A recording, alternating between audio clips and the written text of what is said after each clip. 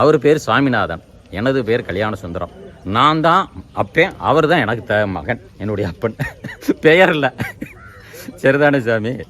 அப்படி அந்த மாதிரி இருந்தது. அவருக்கே நிறைய எவ்வளவோ நான் சொல்லியிருக்கேன், அவர் எதுவும் கேட்கல. அறிவுங்கிறது அவங்கவுங்க வளர்த்துக்கிறது தான்.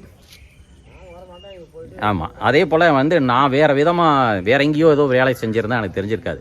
எங்கள் ஊரில் இருக்க செட்டியார், நாட்டுக்கோட்டை செட்டியார்னு சொல்லக்கூடிய செட்டியார் சமுதாயம், அவங்க எதுலேயுமே பழக்கவழக்கத்தில் எனக்கு தெரிஞ்ச வரைக்கும் ரொம்ப உயர்ந்தவர்கள். அவங்கள்ட்ட தான் நான் வளர்ந்தேன்.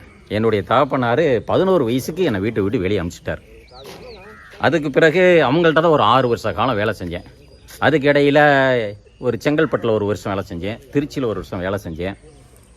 இதெல்லாம் முடிஞ்சு திருப்பூர் போனேன். ஒரு 33 வருஷ காலம் அந்த ஊர் எனக்கு வாழ்வாதாரம் கொடுத்தது. அந்த வாழ்வாதாரத்தை இருக்கும்போதே ஒரு 96ல் சன்னியாசம் போகணும்னு சொல்லிட்டாங்க.